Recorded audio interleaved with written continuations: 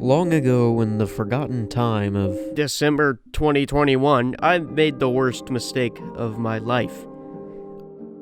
I uploaded one of the most unabashedly awful videos that I've ever concocted. I was somehow oblivious to the sheer lack of quality and released it to the internet ignorant of what I'd just done. Horrible mic quality, cringe dialogue, bad gameplay, 720p video. You name it, this video had it. Yet, it still became one of the most popular videos on my channel. Some say that if you look back on your past actions and cringe, it means you've improved. But some mistakes are so terrible, so layered, and so grandiose that it's an active disservice to your own self to not rectify them. Now, it's my turn. It's time for my revengeance.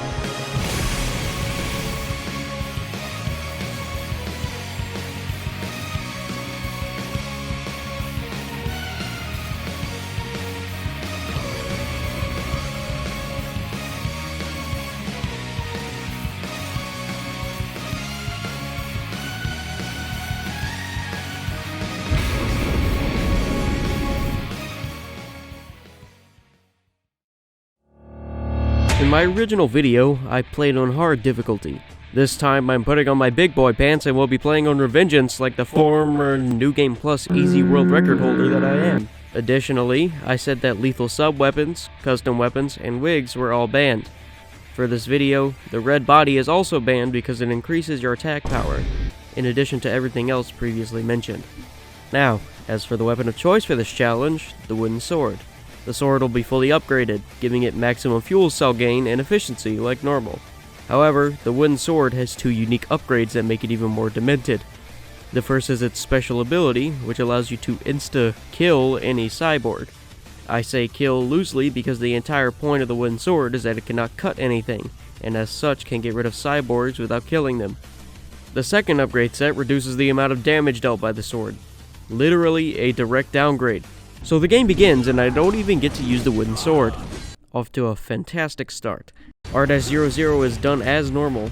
I get a pretty swift no damage on Ray 1 because I have over 350 hours in this game. Fun Metal Gear Rising fact. If you don't cut Ray's gun, you can get damage from parries over and over again. This also applies to Ray 2. Speaking of, his second fight gets put down even quicker than the first. Fun Metal Gear Rising fact number 2. If you flick the stick up and down really fast during a specific part of Ray's missile launching animation, Raiden obtains the power of flight.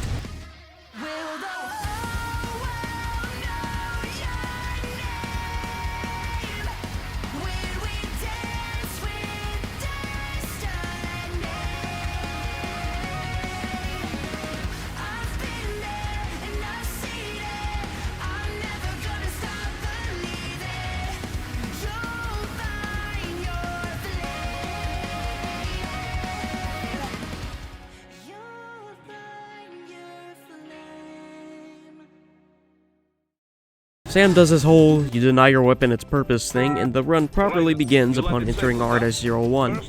The first fight on the beach would normally cause some trouble, apart from the very important fact that I am a god gamer and kill everything instantly. Side note, remember the whole the wooden sword does not kill cyborgs thing? Let's just say that's not entirely true. In fact, you can even forfeit a no kills rank if you do a stealth kill or takedown on the cyborg. Fun Metal Gear Rising fact number 3. You can forcibly strip any hostage you save. The preceding fight serves as an introduction to the geckos. if you aren't playing on Revengeance at least. They are UGs and therefore can be tricky to kill, but the best way to dispose of them is to bait their charge attack, parry, and do the takedown, assuming you have max energy. Upon sneaking past the next section, the game presents me with the first true boss fight with Blade Wolf. Because this challenge is on Revengeance, parries are much more powerful than on other difficulties, and therefore this fight plays very similarly to how it would normally. A couple parries and the dog goes down. Fun Metal Gear Rising fact number 4. Physics is a suggestion. The following boss fight with the helicopter seems very difficult on paper. It flies, which means that not only is it hard to hit, but the only hits that you'll be scoring are with your less than stellar air attacks. However, using an unintended side effect of Ripper mode, these issues can be solved. With a trick that I have unofficially dubbed the Ripper Kick, you can zoom toward the helicopter and deal nearly 30% in one hit.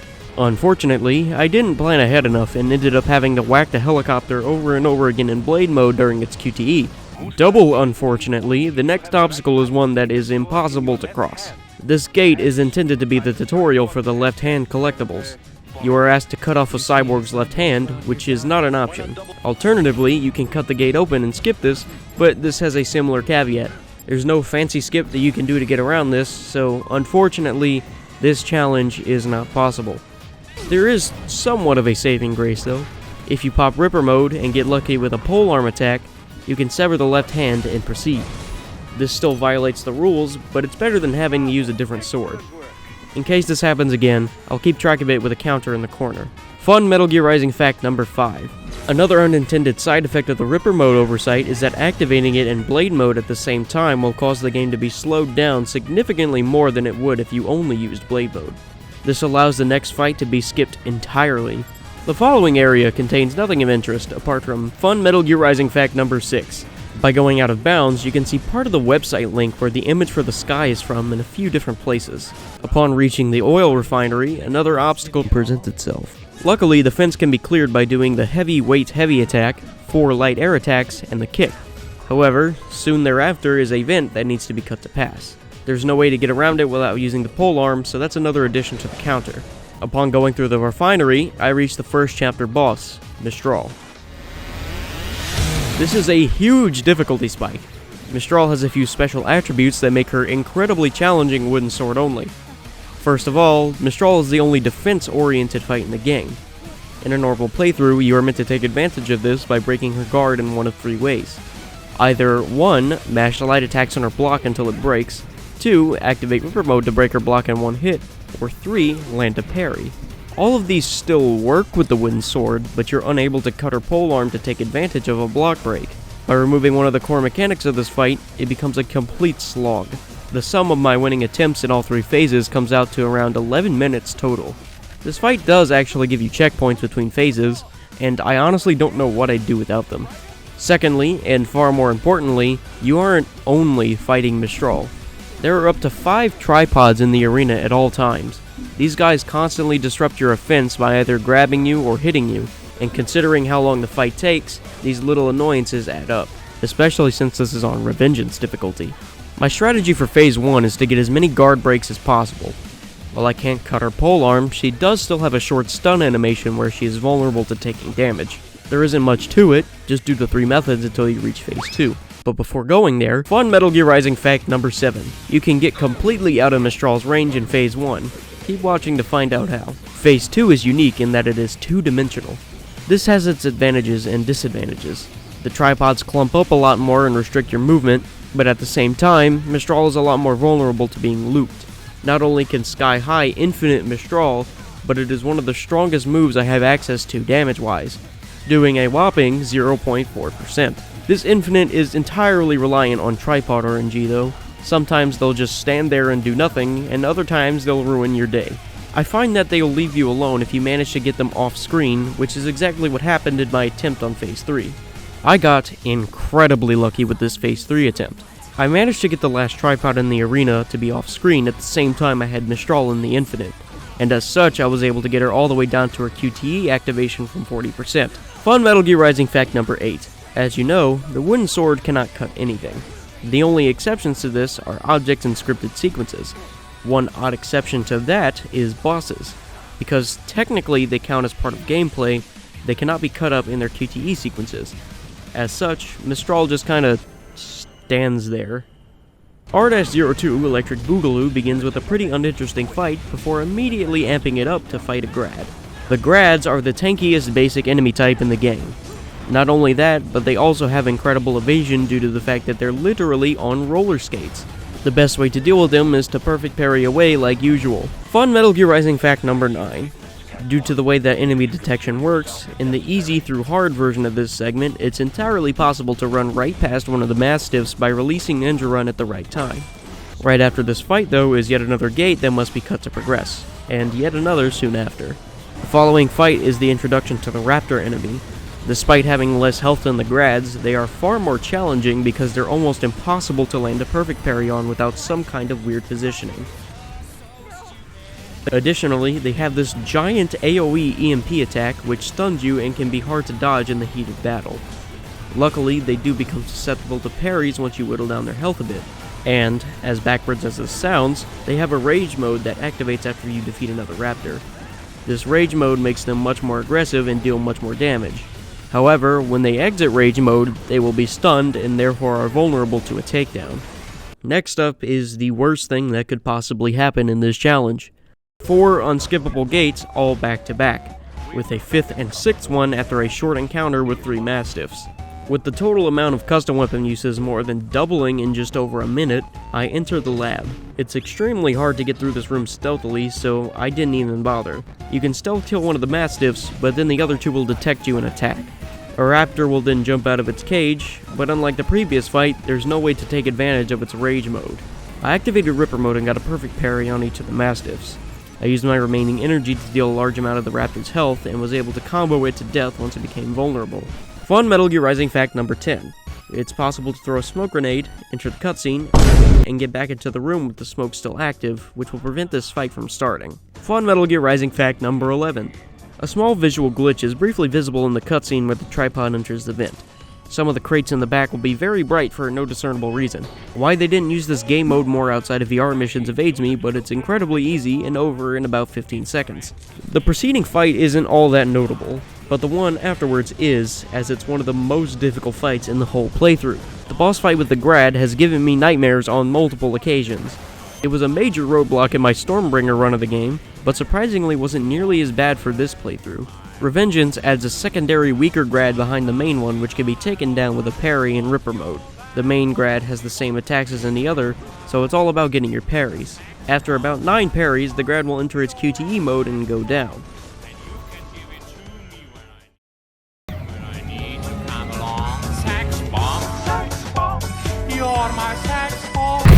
The first encounter of R-03 contains only cyborgs, and as such is incredibly easy. Following it is an encounter with 2 Grads.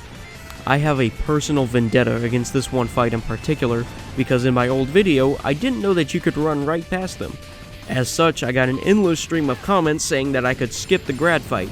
After a few more office fights, I get to the most important speedrunning trick in the game.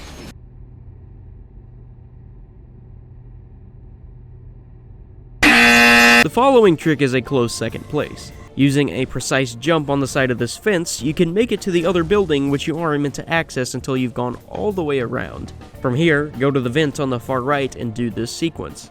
Heavy, weight, heavy, aerial heavy 1 time, aerial light 5 times, blade mode cancelling the 5th attack, and then the kick. This will just barely get you on top of the vent, where you can repeat this sequence and get onto the roof. Ninja run to this spot and you'll fall through the floor. Maneuver Raiden in such a way so that he lands on top of the underground area after the elevator, jump onto the side of this short hallway, go through the codec, and make your way along the side of the tunnel. Jump onto the final room, go up the stairs, go through another codec, and restart. If you've done this all, congratulations! You've skipped 3 potential custom uses. There's not much time for celebration though, as immediately following, I get into a bit of a dilemma. There's a Grad on top of this bridge that I must destroy in order to continue on with this level. The intended way to do this is to cut the bridge supports to force it down, but that's not an option. The solution? Our old buddy Ripper Kick comes back to help us out. By doing the Ripper Kick towards the left side of the Grad, you can enter blade mode to cancel it, and then move to the side and land on the bridge. Because you're technically not supposed to be up here, the Grad cannot turn around and hit you as long as you stay behind it. Following this, and another unnotable fight, is the fight on the stairs. This marks one of the only times when I use some semblance of stealth.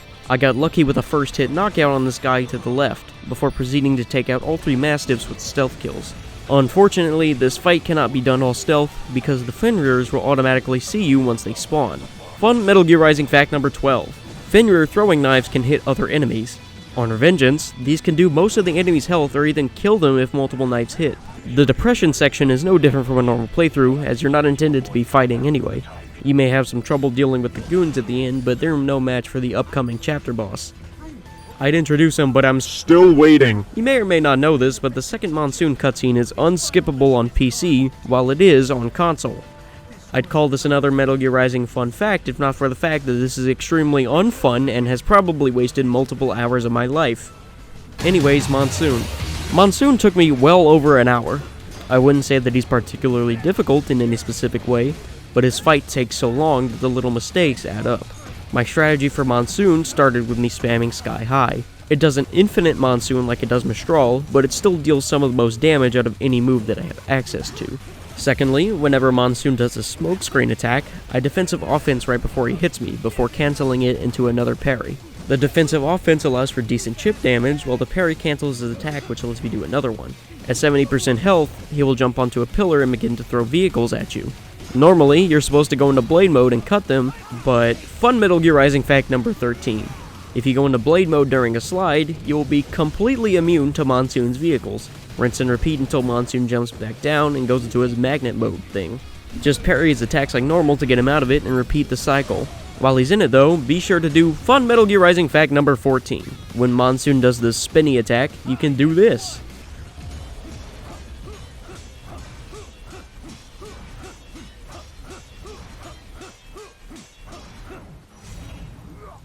The strategy doesn't deviate much from this basic concept. The only major thing is when he sends down the spinning wheel of death at 40%, but just block it like normal.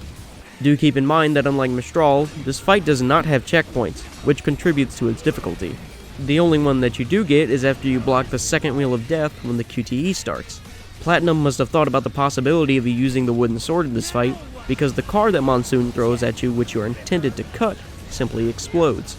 This makes sense because you can't change your weapon during the QTE segment, and if you couldn't destroy the car, then your save file would be soft-locked. Overall, Mistral is a much harder wooden sword only on paper, but Monsoon's lack of checkpoints makes him nearly as hard. These nuts. The first section of RO4 contains a segment where you're supposed to stand your ground. The given turrets would violate the rules of the run and therefore cannot be used. Luckily, the strategy for this part has nothing to do with them. What I do, and let's be honest, what you probably do, is stand in the back until Doctor gives you the okay to move on. Upon using the elevator, you arrive onto the next floor and are tasked with destroying 3 electrical panels. I highly recommend trying to stealth this part. It takes a while, but otherwise you have to fight multiple Mastiffs, medium cyborgs, and Raptors. Luckily, there's a set pattern you can follow to do this stealthily. First, wait for the Mastiff at the beginning to jump into the hallway. Step to the side of the doorway and wait for the other Mastiff to jump away as well. Go into the room at the center while the Mastiff in there is away and wait out its cycle in a box. When it's about to jump out of the room again, go up to it and stealth kill it. From there, wait for the other Mastiff to go through the center room again. Make sure the Mastiff patrolling the room on the right cannot see you and run toward the Mastiff that just left to kill it. While the third Mastiff is in the room on the right, get into a box right here and wait until this specific part of the enemy cycles. Stealth kill both of them. Now that all the enemies are gone, there's still the problem that the panels cannot be destroyed by the wooden sword. That's another 3 custom uses to add to the counter. It's worth mentioning that if you stealth kill all the enemies like this, a heavy cyborg will spawn at the location of the last panel you have to destroy. It's almost impossible to stealth kill these without using a smoke grenade. However, I found a fun way to do it with this one specifically. Normally, you can't jump high enough to get on top of this shelf, but I was able to move the chair in such a way that it let me jump off of it and onto the shelf, thus letting me activate the stealth kill. The following running segment isn't all that special. There's a grad at the end, but there's not much to it other than that. Fun Metal Gear Rising fact number 15. There's a pretty crazy out-of-bounds trick that you can do here. It has no practical use in the speedrun, but is notable for allowing you to go all the way back to the beginning of the area and even activate the door panel again. Right after is Fun Metal Gear Rising fact number 16. For some reason, jumping repeatedly during this upward section will make significantly fewer missiles appear. Don't ask why. The upcoming garden fight, while one of the most difficult fights in the game on normal playthroughs, is actually made much easier with the wooden sword. The cyborgs go down in only a few hits, so the only real worry is with the Mastiffs. Fun Metal Gear Rising fact number 17.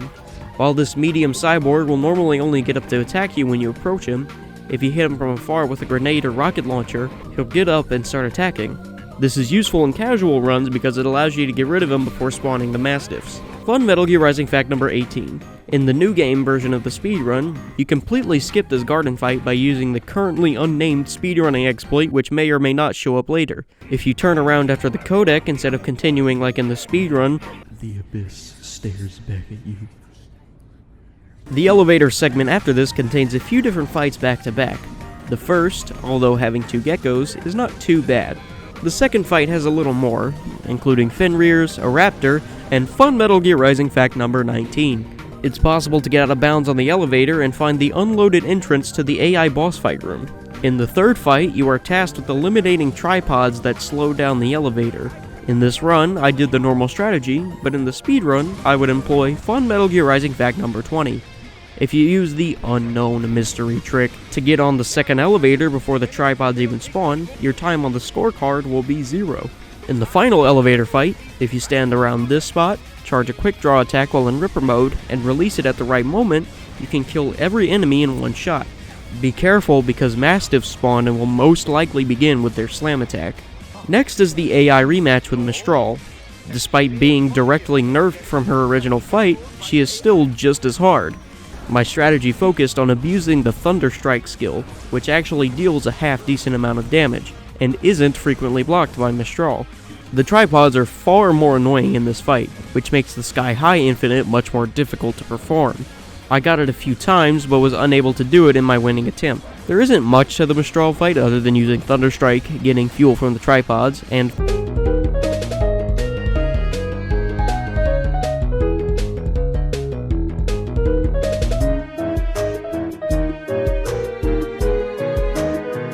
immediately after this, though, is the AI rematch with Monsoon. He's much easier than he was in the previous fight due to the fact that he is orders of magnitude less tanky. I sky-high'd my way through this one just like before. Fun Metal Gear Rising fact number 21. Fun Metal Gear Rising fact number 22. Sundowner's intro where he says, "You can be cooler than that, Jack," is the only part of the game other than the bridge where pressing Z on your keyboard to dodge works when you are normally inactionable. In all seriousness, I used aerial parries to speed up this fight significantly. In a normal playthrough, Sundowner is incredibly easy because he has incredibly low health. This isn't nearly as impactful when you deal pitiful damage like with the wooden sword though. Thankfully, parries deal a large chunk of his health, especially in Ripper mode, although only aerial parries will hit. I found his charging sword attack to be the easiest to parry, but it still requires you to be at a certain height, and of course, good timing. Sundowner's second phase is completely impossible to reach with the wooden sword because you can't cut his shield. As you likely know, you don't actually have to do this to beat him. It's completely possible and even encouraged by many people to not activate his second phase. Fun Metal Gear Rising fact number 23.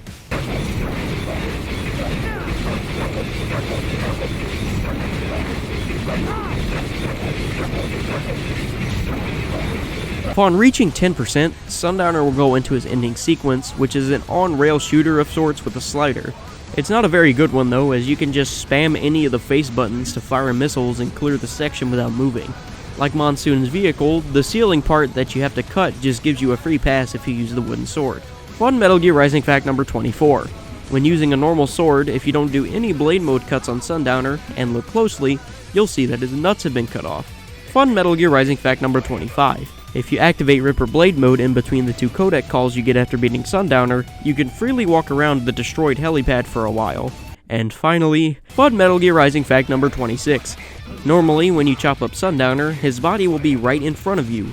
However, when using the wooden sword, his body is nowhere to be found. R-05 begins with Fun Metal Gear Rising fact number 27. By following a very specific set of actions, it's possible to completely break this chapter and fall under the map. First, make sure you have the Blue Wig and Fox Blade equipped. Immediately do a backwards dodge before the codec starts. Once the codec ends, equip and throw a smoke grenade. When that animation ends, equip and use a box or barrel as soon as possible so the cyborgs don't see you. Once the cyborg on your right gets right next to the cyborg on your left, get out of the box, activate Ripper Blade mode, walk up to them, and kill them both in one slice.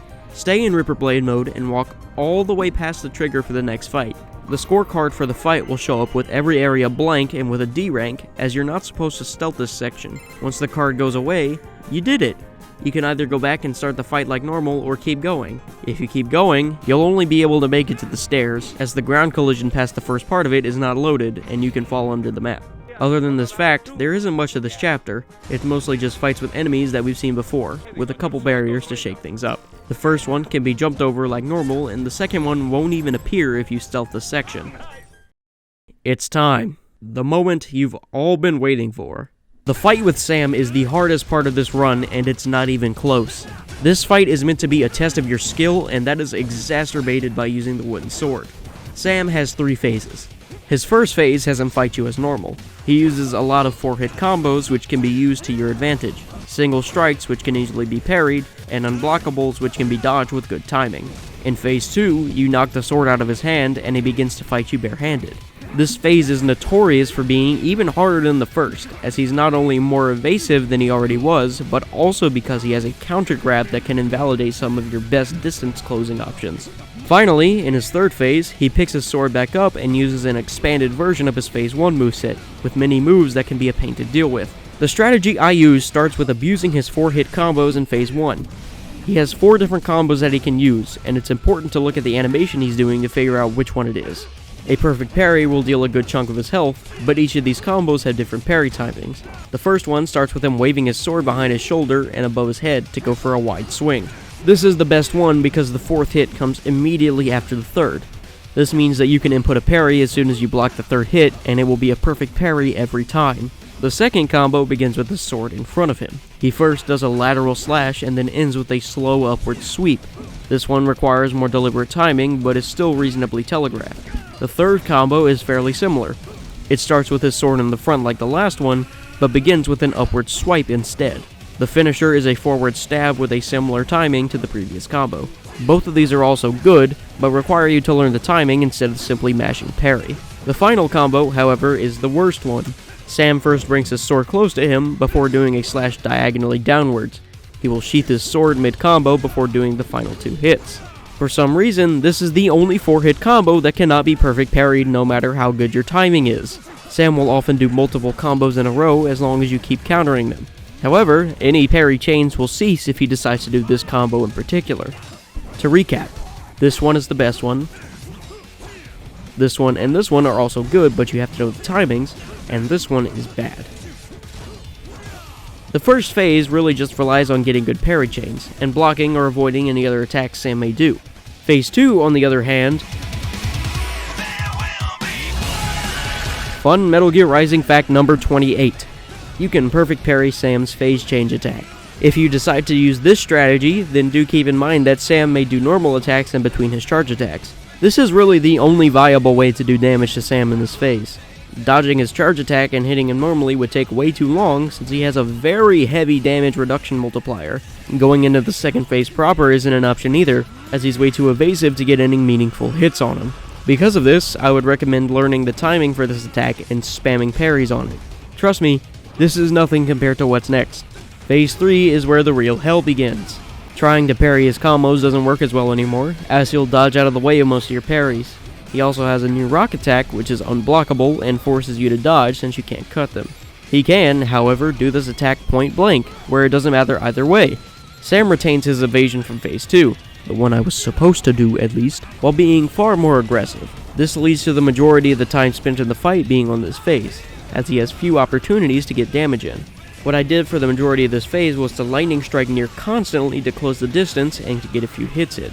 If, for whatever reason, he didn't dodge or jump away after he attacked me, I also made sure to get in a sky high or two for some extra damage. I got one final lucky parry and finished it off with that iconic stab. Fun Metal Gear Rising fact number 29. Sam does not have a stab wound on the backside of his model despite the sword clearly going all the way through him. Fun Metal Gear Rising fact number 30. The Sam ending QTE is infamous for crashing the whole game as soon as it ends on PC. It's theorized that it has something to do with cutting one of the large rocks right before killing Sam. I have absolutely no idea why this crash is PC only, other than the fact that the PC port of MGR is kind of scuffed. At last, the final chapter begins, and with it, a pretty uninteresting encounter. The following barricade can be jumped over, but the second is impassable without cutting. However, this is where I pull out my final trump card. The secret trick I've been hiding this whole video has to do with a third and final Ripper Mode exploit. By activating Ripper Mode at the same time that you do the second aerial polearm attack, Raiden will shoot up into the air, which allows for many different out-of-bounds skips. This is the single most important speedrunning trick in the game. In fact, most of the skips used in this video are clever workarounds for tricks that would normally require the use of the polearm jump. This barrier right here is the only time where it is absolutely required of you to use the polearm. Every other one is either skippable by other means or not skippable at all. And of course, it would be on the final barrier of the whole game. The reason I consider this particular skip to be so important is because I'm not quite sure what to classify it as. Will this count as an extra point on the counter because I'm using something that isn't the wooden sword, or is it okay because I'm not actually cutting anything with it? You might see this as a cop-out, but I have no idea what call to make, so I'll count this as half a point. This chapter is actually really short, so the only segment before the final boss is the fight with Metal Gear Excelsus. Fighting Excelsus with the wooden sword isn't all too different from how it is normally, it just takes a hell of a lot longer. Seeing as Excelsus is a giant set-piece boss fight, its attacks are all big slow moves that are easy to dodge through. A lot of the damage here in this first phase actually came from dodges, especially when he went into a second phase where it turns and you have to attack its foot. He only has 2 attacks in this phase, a sweep and a series of stomps. The sweep requires you to dodge through it at the right time, and so do the stomps, of which he does 7 in a row. At 70%, you get a QTE to attack its leg, before running up said leg and slicing it off. Fun Metal Gear Rising fact number 31. If you pole arm right next to the QTE trigger on Excelsus' leg, it's possible to get on top of an invisible wall and go out of bounds. You can actually explore a very large portion of the arena and even Excelsus itself. Since you never hit the QTE trigger, the next part of the fight won't activate unless you pole arm into it. Fun Metal Gear Rising fact number 32. There's a glitch involving this out of bounds trick that I have no idea how to trigger, and I don't think anyone else does either. The only documentation of this that I know of is in a video by Valeria-chan. Raiden will be completely upside down, and the only way to fix it is by hitting the QTE trigger.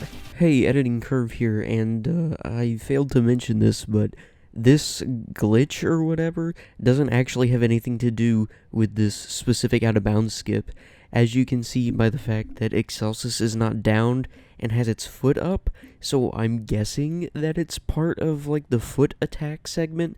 I have no idea. This only makes it more confusing. After the QTE, Excelsus falls over, and I spam sky highs to do as much damage as possible. Next is Excelsus' laser phase. The lasers themselves are easy enough to avoid, but the infinitely respawning geckos are the real issue. You have to pray that they all get destroyed by the lasers, or you'll have to avoid them while already avoiding Excelsus' normal attacks. If you get lucky, and this is the case, then Excelsus will go back into its phase 1 moveset.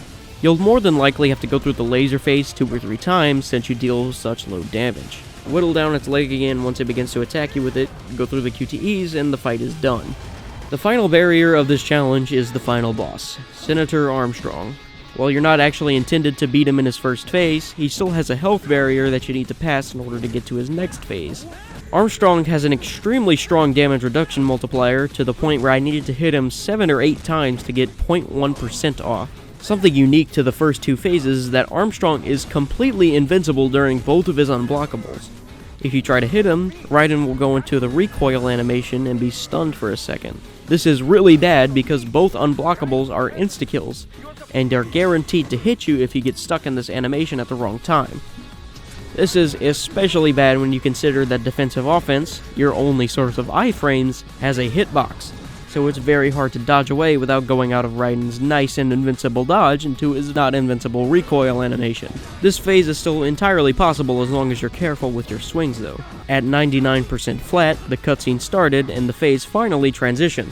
This phase is not nearly as bullshit since you no longer have your sword and thus your dodge no longer has a hitbox. You also don't have to attack him anymore as this phase is on a timer. Fun Metal Gear Rising fact number 33. What makes the QTE activate for this phase is actually somewhat complicated. On lower difficulties, the easiest way to do it is to have Armstrong beat you up until you'd normally take a hit that would kill you. This does not apply to very hard and Revengeance, as taking a hit will result in you dying like normal. Instead, the most common strategy is to wait for a scripted attack by Armstrong, which takes around 2 to 2.5 minutes. Another way to get this QTE to activate is to get Armstrong down to 99.2% and then allow yourself to take a fatal blow. These are the 3 standard ways of getting this QTE to activate. However, there's a secret 4th option that doesn't really make sense. If, on very hard or Revengeance, you wait for a certain amount of time and take a fatal blow instead of waiting for the scripted attack, the QTE will activate like it would on lower difficulties. There is absolutely no testing or documentation that I know of which actually defines what this amount of time is, or if there are any other factors that play into it. It honestly just seems random. That aside, I opted for the waiting game for this attempt, which isn't all that hard, but does take a while. After the QTE sequence, the cutscene plays, and the true final boss begins. And you aren't allowed to use the wooden sword. I ended up downloading the Nice Knife mod for an extra challenge. Cue the badass over-edited final boss sequence.